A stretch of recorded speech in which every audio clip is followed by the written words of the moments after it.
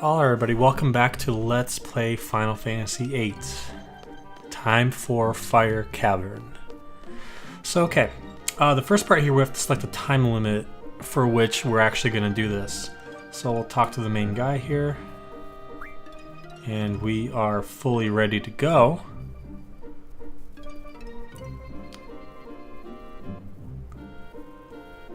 So, with selecting a time limit, it doesn't really matter, but we'll go 20 minutes just to give us a little bit of extra time to actually do stuff.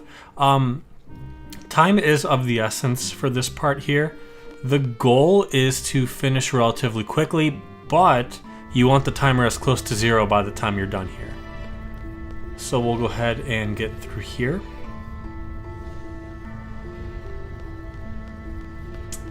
Keys just making jokes. Squall's not particularly impressed, of course, but on we go. And we're just going right on through. Just kind of follow the map. In terms of the random encounters, there's no way to avoid them, but because we are timed for this section, we're just going to go ahead and run away. Again, holding L2 and R2 will let you run away here. So that is easy enough. No items, of course, we ran away. And we're going to go ahead and keep on going. Again, just go straight on back. There's a drop point right there we'll hit on the way out. And another random encounter. Hopefully we don't get too many more random encounters. It is just kind of a waste of time at this point. Here are a couple new types of enemies. Those are those bombs. They will explode if you don't kill them fast enough, and that does do tremendous damage. So a lot of times they're not even worth fighting, really.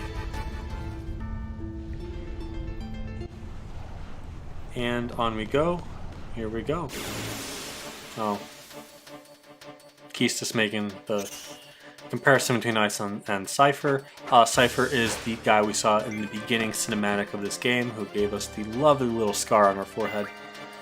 But yeah, they both use the same kind of item. You'll see soon enough shortly. And we approach forward. And here we go. We are ready for boss time against a new GF. This is the Fire GF, Ifrit.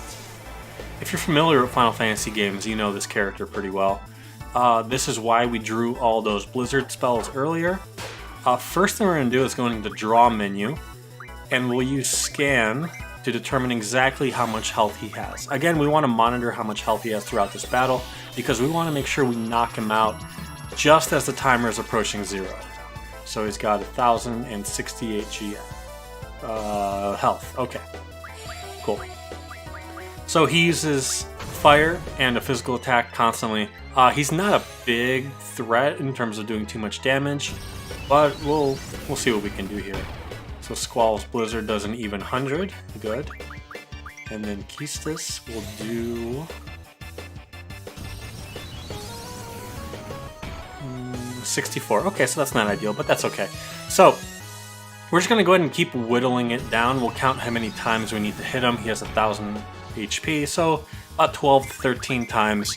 We're doing approximately 150 damage between the two characters. So what I'll do here is I'll hit him a couple more times just to really lower him. Then I'll go ahead and fast forward kind of off camera just to whittle that time all the way down, just so we get as low a score as possible. Couple lines of dialogue from Ifrit, nothing too serious. He does have a special line of dialogue if you use the GF Shiva, because that's an Ice GF and he's not a fan of that. But it's an easy enough fight. You don't really have to try too hard here.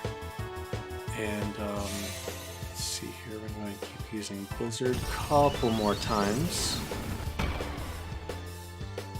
He seems to be targeting Keistis a little more than Squall. 2 more times here. If you're curious, the difference in damage between the two characters is because we junctioned all those sleep spells to Squall's magic ability. And that's something that you can really do in this game. Something that is unique to this Final Fantasy specifically is you can kind of do that with different magic.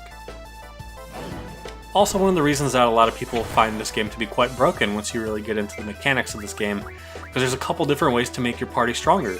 You could, of course, level up, or you can just put the magical spells to your different stats. So let's see how much we have left to go here. 290. So a couple more swings of Blizzard will get us pretty close. This will do about another 100. So he's right around 190. We don't want to do scan Blizzard. She'll do approximately 60. And then we'll go ahead and cure our party up a little bit.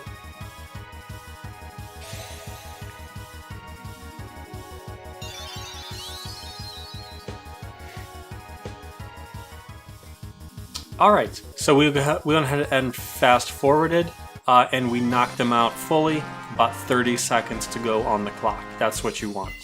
So no experience for boss battles, but you do get AP and the card for Ifrit, so we're finally going to be able to do the card game.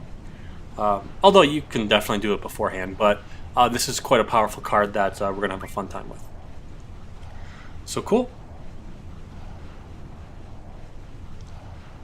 And of course, another tutorial.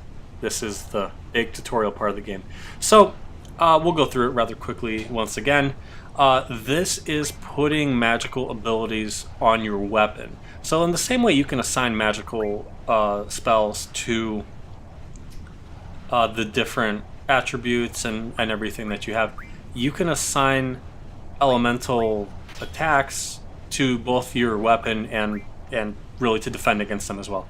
So when you attach a spell to a weapon, in the tutorial here we put Blizzard on the sword, that means now you also do ice damage in addition to the regular physical attack damage. So for example, if we fought Ifrit, if we had Blizzard on our attack, our physical attacks would do a lot more than they'd normally do. And of course, the more spells you have, the stronger it is. So that's easy enough.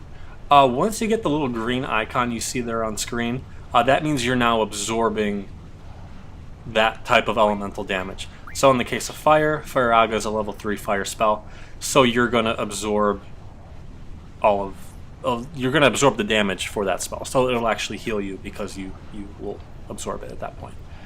So in any case, let's go ahead and make our way out. Do you want to take a look at the Ifrit card? Yeah, let's take a look at the Ifrit card.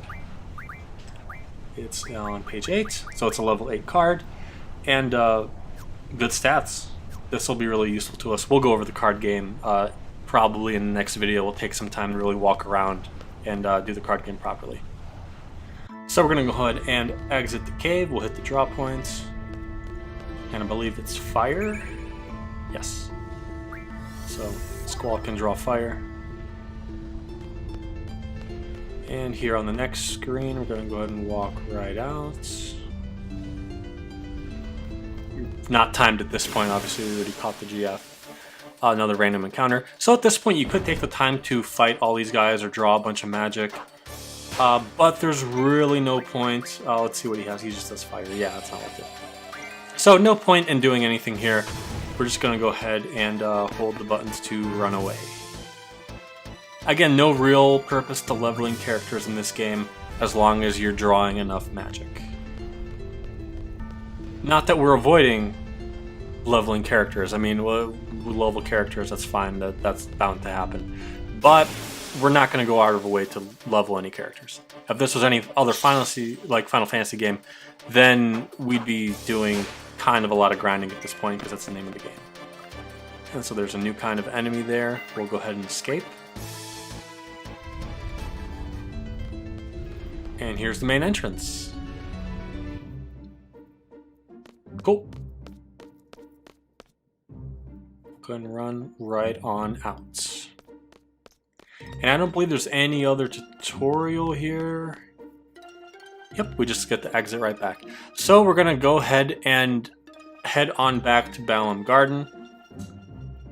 And if you recall, once you exit, we'll swing the camera around here. Just go ahead and go straight and to the right. Once you see the road, there you go. And we'll hop right back on in. And I don't think there's another tutorial.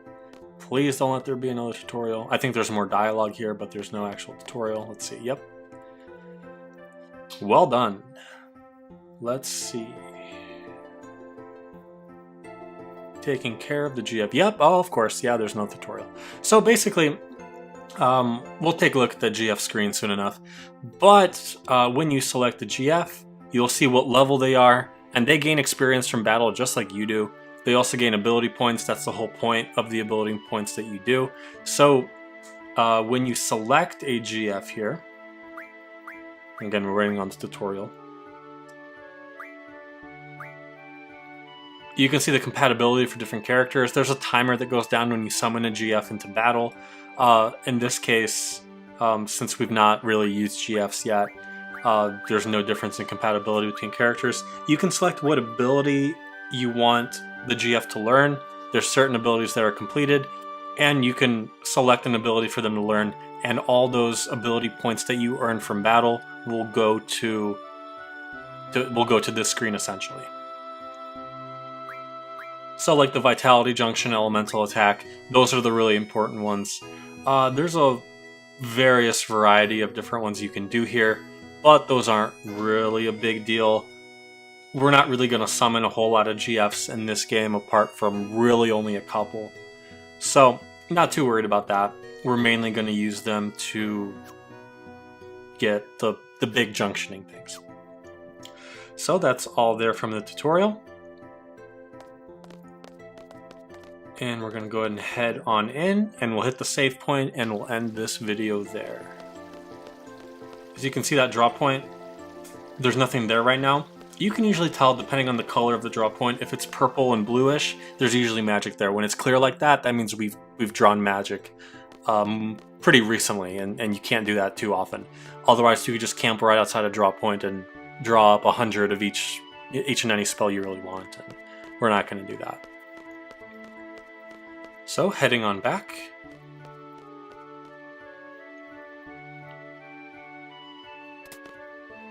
Oh, that's the exit. Okay, there we go. The Gatekeeper there is really good for playing cards as well. We'll do that in a second as well. And so here's the save point, and we'll cut it here.